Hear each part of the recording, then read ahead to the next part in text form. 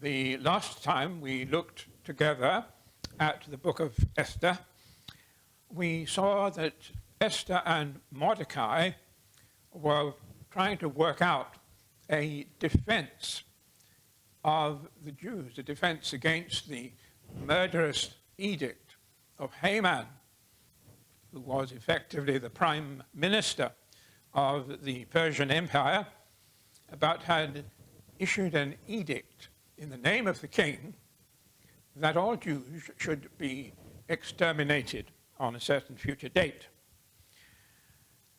And of course the Jews were distraught, horrified to know this, and after they got over their initial shock, they began to fast and pray. And we took time last time to point out that the purpose of fasting, that is going without food, was in order to pray, to enable them to have the time without distraction, to pray to the God of heaven for deliverance. But the actual strategy of deliverance was in the hands of Mordecai and Esther. Mordecai was Esther's cousin, but 20 years older, and in fact had brought up Esther as his own child.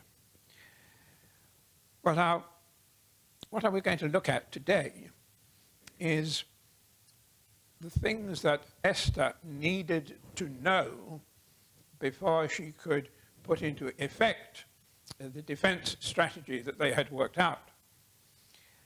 What had happened was that they had conferred and they had agreed that the only way to prevent the extermination of the Jews was to appeal to the king, King Ahasuerus. And they had also agreed that the only person who had a realistic opportunity to talk to the king about this matter and petition him was Esther, who was, of course, the king's wife and queen of that great empire. But there was a difference, because Mordecai wanted Esther to go to the king immediately, instantly, at the very first opportunity. But Esther saw that that was unrealistic. She was married to the king, indeed, but it was no normal marriage. She didn't sit down with the king every morning at breakfast and read the newspapers or discuss the affairs of the day. It was several weeks since she saw the king, and she herself could not go to see the king unless he invited her to do so. And several weeks had passed since he last called for her to come to him. And there was a very strict rule that if anyone tried to enter the king's chamber without being called, without having an invitation to come, they would be put to death. And Esther reminds Mordecai of this fact. Now, probably Mordecai thought, well, Esther would be an exception, but she wasn't an exception. So if she just barged in and tried to speak to the king without an invitation, without being called, she would be put to death. And she saw this as a difficulty that was hard to overcome. And not only that, even if she was accepted, and there was a way in which someone could come uninvited to the king and not be put to death, which was that the king might stretch out to that person his golden scepter, and the person would come and touch the end of the golden scepter and would be accepted into his presence, even though they had not been invited. But suppose Esther succeeded at that point, then she still had a problem. She did not know how the king was going to react to the announcement that she was a Jew. He didn't know that. He knew Mordecai was a Jew, but he saw Esther only as someone who had been brought up by a guardian, thought of Mordecai as a guardian and not necessarily related. He didn't know there was a relationship, although they were cousins. And so she didn't know how the king was going to take the revelation that she had kept secret, her ethnicity. She had not told him. No one had told him that she was a Jew. And there were other problems, which in fact we shall look at more deeply as we proceed today. But I've summed it up by this statement. There were things, 4 things, that Esther needed to know. And those 4 things were the times. Esther needed to know the times. I will explain that as we go. Secondly, Esther needed to know the king. Thirdly, Esther needed to know the enemy. And fourthly, Esther needed to know her God. Now, what does it mean that Esther needed to know the times? She saw these difficulties in going to the king and interceding for the Jews, and she did not know how to proceed. The difficulties seemed to be so severe, so difficult, so great, that she was effectively frozen. She did not know what to do or how to go about the task that she knew she had to do in some way. That difficulty froze her, stopped her doing anything, until Mordecai, without realizing it, uttered what I call a prophetic statement. By prophetic, I mean that something given directly by God into the mind of a person, whether that person understands or realizes that what they are saying has been given to them to speak from God or not. It is something that has come from on high. And so when Mordecai says, who is to know whether you have come to the kingdom for such a time as this, that was a prophetic statement. And coming to the kingdom, of course, meant that she had obtained this high position, this high authority within the Persian Empire of the queen and the wife of the king. She had come to the kingdom. And Mordecai is saying, who knows but that you might have come to the kingdom for such a time as this, to deal with the situation that confronts the Jews at this time. Now, although Mordecai is asking the question, he's not sure who is to say, Mordecai does not seem to know that God has given him this word to speak.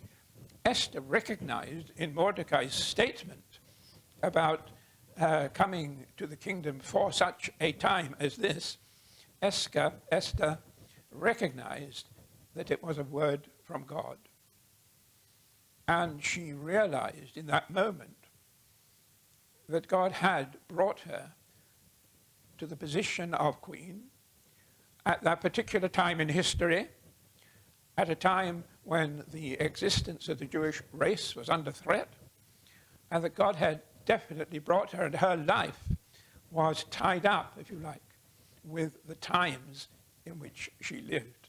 And to understand this idea of Esther knowing the times, there's a very helpful quotation from a quite different book in 1 Chronicles in the Old Testament, chapter 12 and verse 23. I shall read verse 23, which gives us the background, and then I shall read verse 32, which gives us the substance.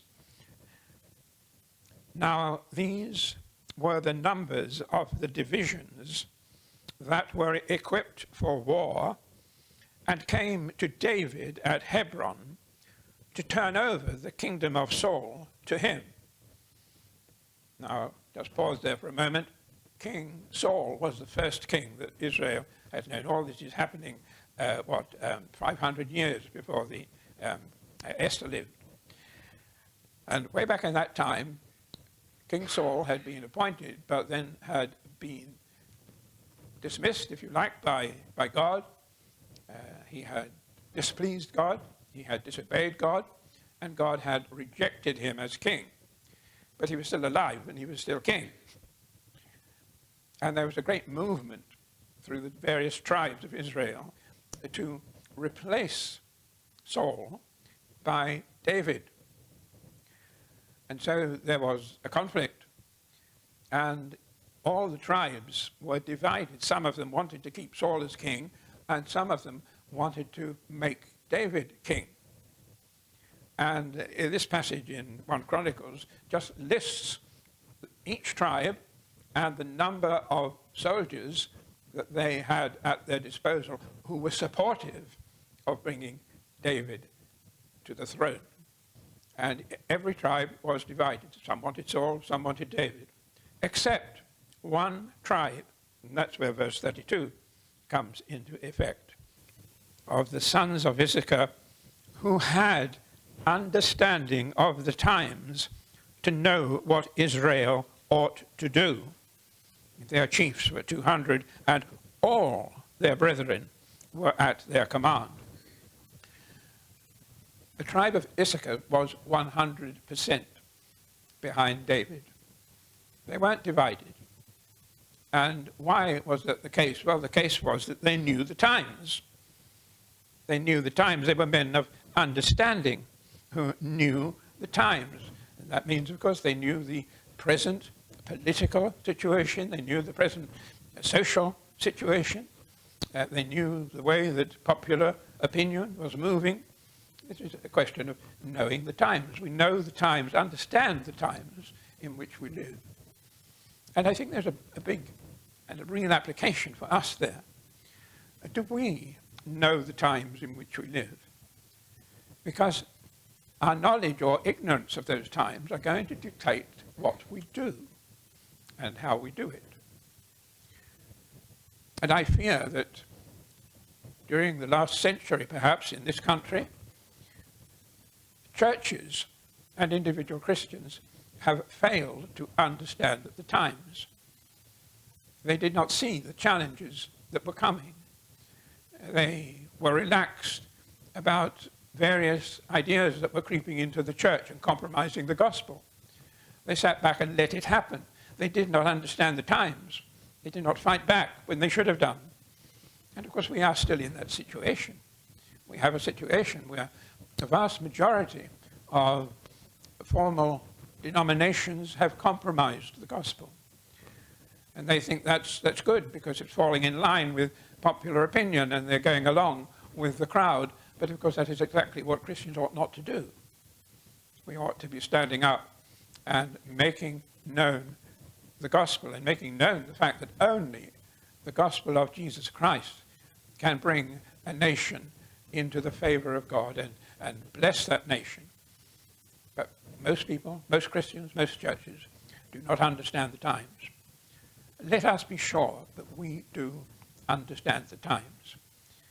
Because it was only when Esther understood the times and that her life was bound up with the times, that she was there by appointment of God.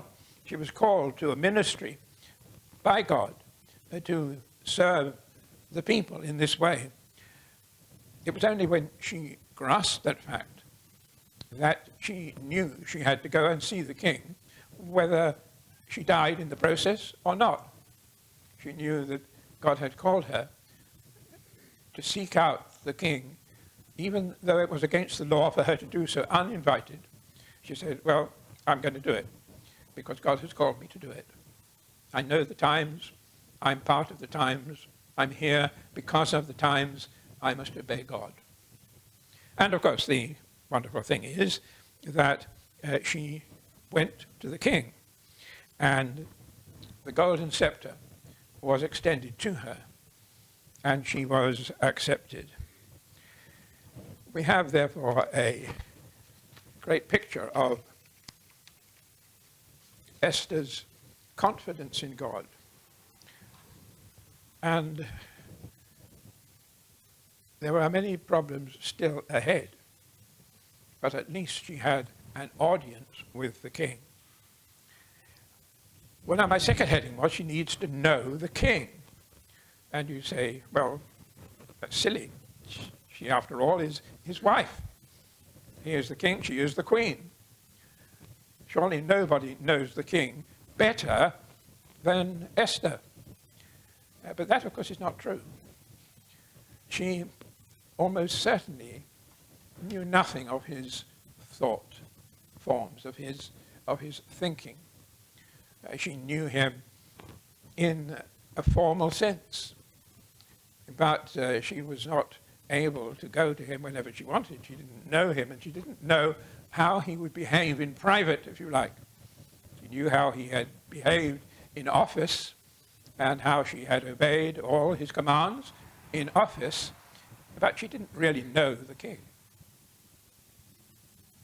And therefore, she did something that was very wise, and I'm sure led by the Spirit of God. When she was accepted, because she had the golden scepter extended to her, she did not immediately launch into the problem that she brought. The problem of the edict to destroy the Jews had to be cancelled or set aside in some way.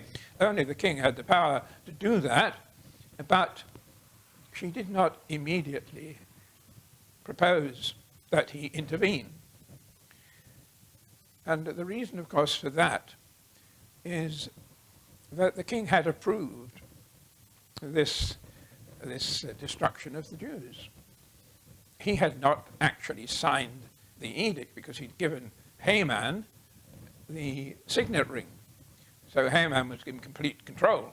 He actually authenticated the edict by impressing the king's signature, the signet ring, on a seal on that document. Became law as a result. The king didn't do that. Haman did it. And so even the king was going to have problems, as we shall see, trying to find a way around that difficulty. But in any case, she did not know how the king was going to react to her confession that she was a Jew and hadn't told him. So she was very clever, very wise, shall we say.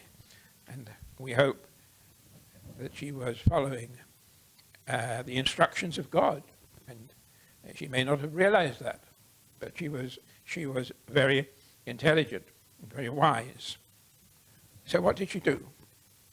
Having obtained access to the king via the golden scepter, or before that, she dressed in her royal robes. When she approached the king, she was dressed in her royal robes with the crown on her head. And she knew a little bit about Ahasuerus and how he loved formality and pomp and circumstance and show, and also appearing in her royal robes, it would remind him of the time when he had chosen her and made her queen. So it was the most favorable thing she could have done to go arrayed in her royal robes, and perhaps that was why he was so happy to see her, that she found favor in his sight. And so she goes to him and he says, right, what do you want? I'll give you up to half my kingdom. And that was, I think, just a line, a statement that didn't mean what it said. I think it was often said by kings and potentates, I will give you half my kingdom, or up to half my kingdom. What they mean is, I'm going to be generous towards you. So what do you want, he says. And she replies, without any mention of Haman's edict or the Jews, she replies, please come to a feast. Come to dinner with me and bring Haman with you. And I think the king must have been rather surprised that she wanted so little, so simple a request. And he said, yes, of course, we will do, and I'll make sure that Haman comes, if that is what you want. And they were going to meet not in any official way, they were going to simply gather at the Queen's house.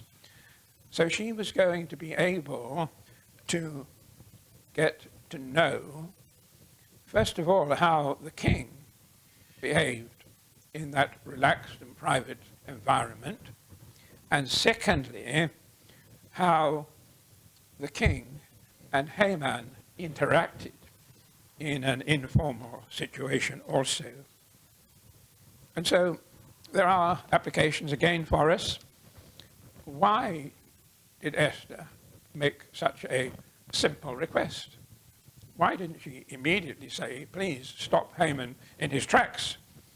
And the answer is she needed to get to know the king's thinking, and she needed to get to know how the king interacted with Haman. What was the relationship? What was the chemistry, if you like, between the king and Haman? She needed to know those things before she could decide upon her next move. And so she put on this simple dinner. And that took place, and Haman was very pleased. And if we are faced with difficult decisions, like Esther, we should ask God for wisdom, and then use our Bible-informed knowledge, intelligence, to achieve a Christ-honoring outcome.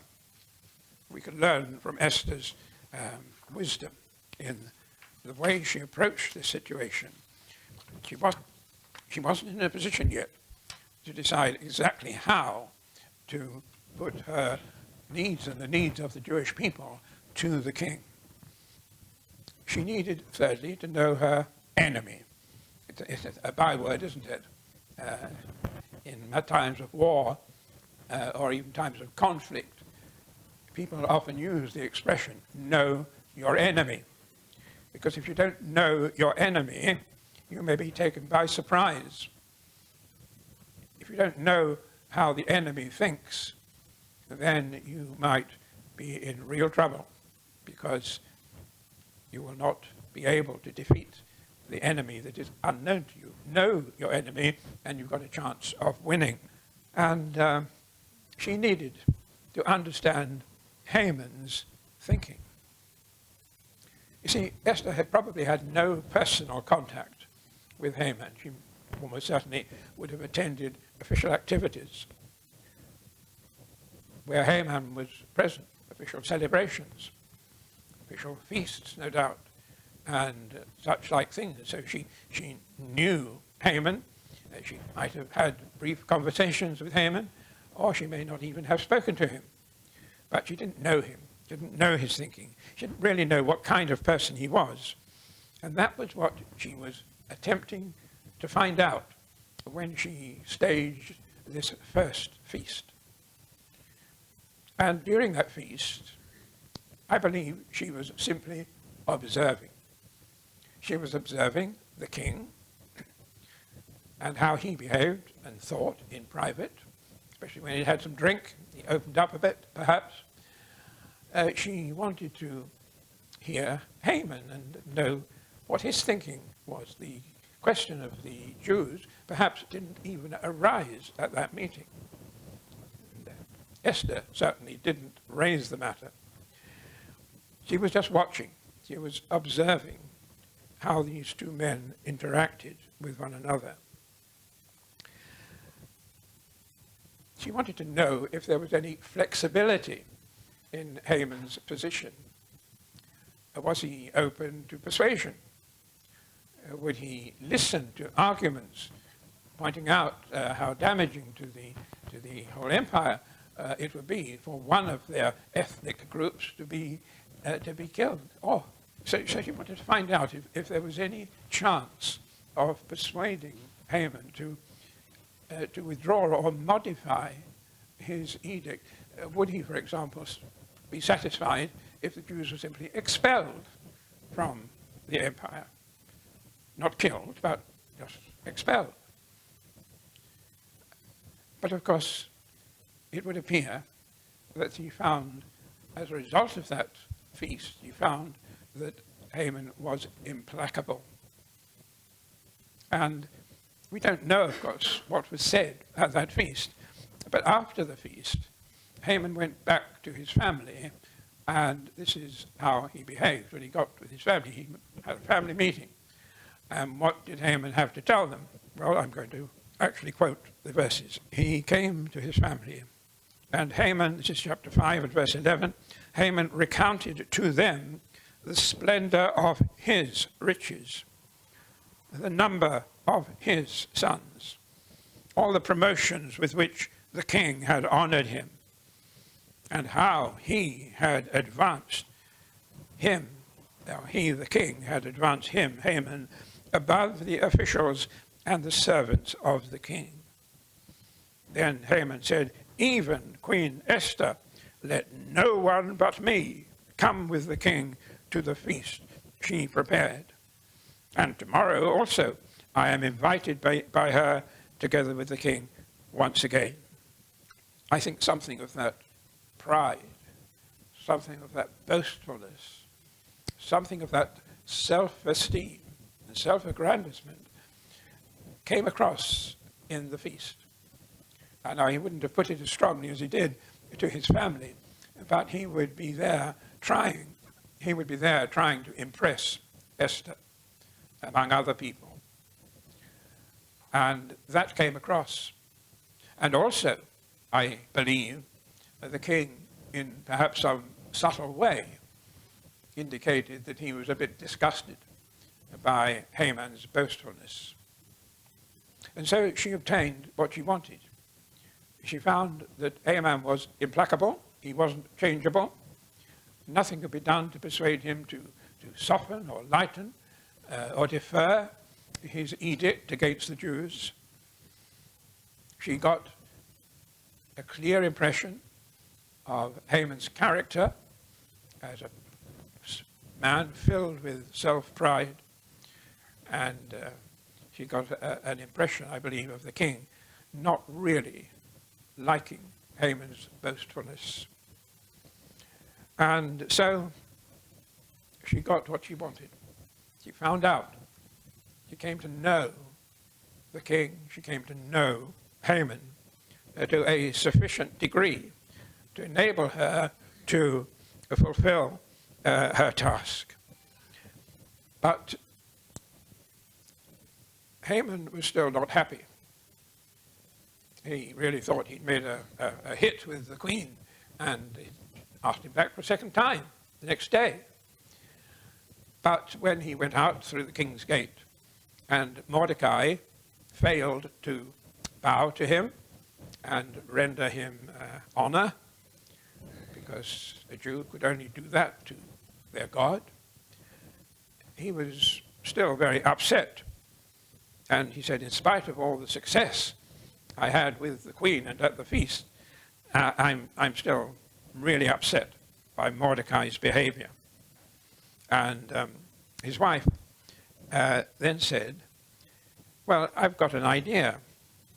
Why don't you simply ask the king to hang Mordecai?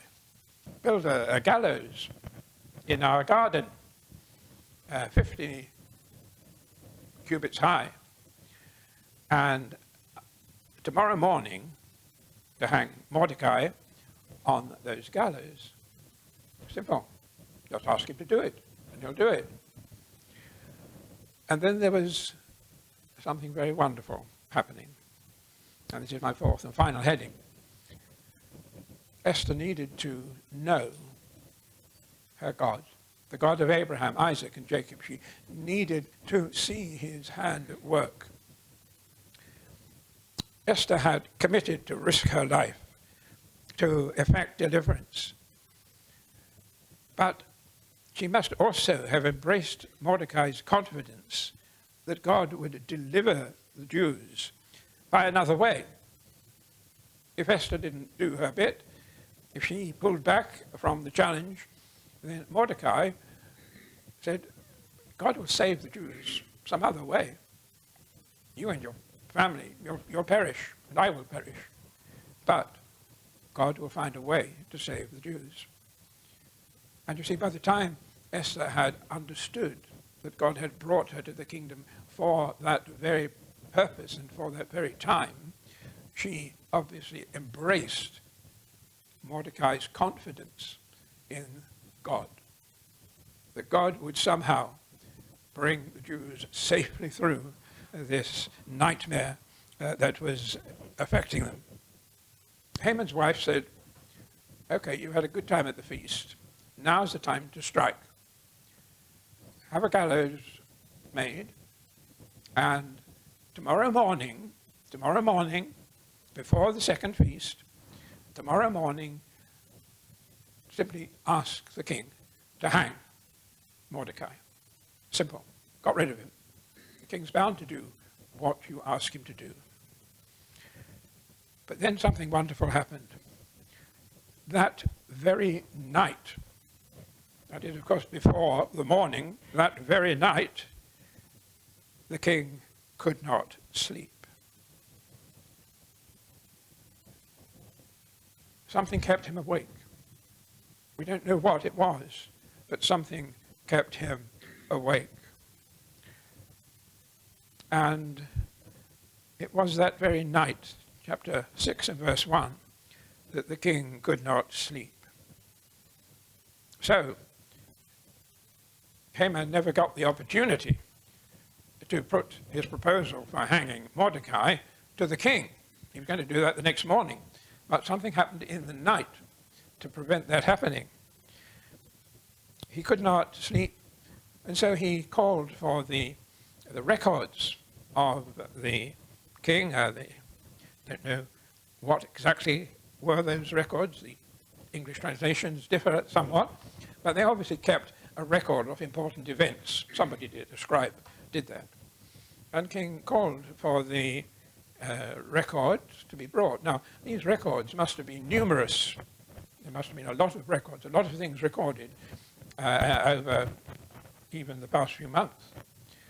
And somehow the king turned to, or the person who was reading, turned to this one particular passage. Again, another sign of the sovereignty of God. They were led to read this particular passage.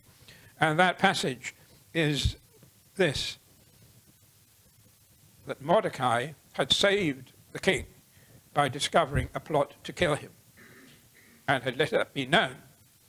And so Mordecai's benefit to the king, the service to the king, life-saving service to the king, was on record. And the king happened to turn to that, or those reading it to him turned to that passage. Among all the other hundreds of pages probably that they could have turned to, they turned to that one.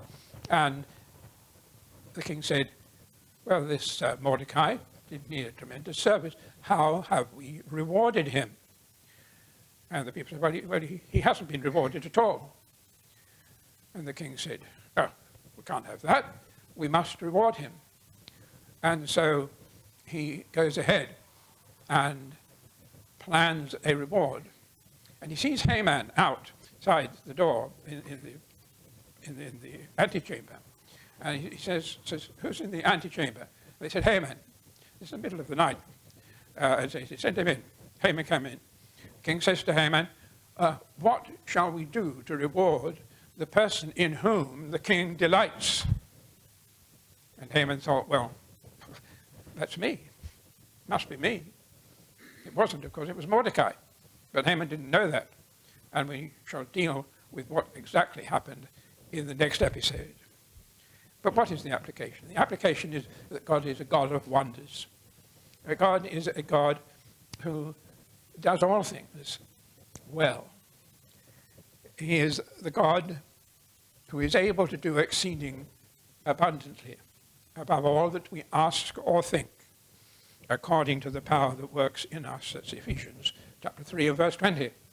And we shall take the story on from that point. But remember, the application is that God does miraculous things when necessary. It was a miracle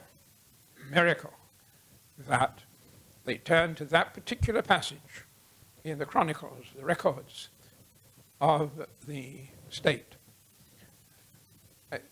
Ridiculous. There must have been hundreds of pages they could have turned to enter that one. And that one was one that recorded Mordecai's service, life-saving service to the king. Well, we'll see exactly how that unfolds in the next episode.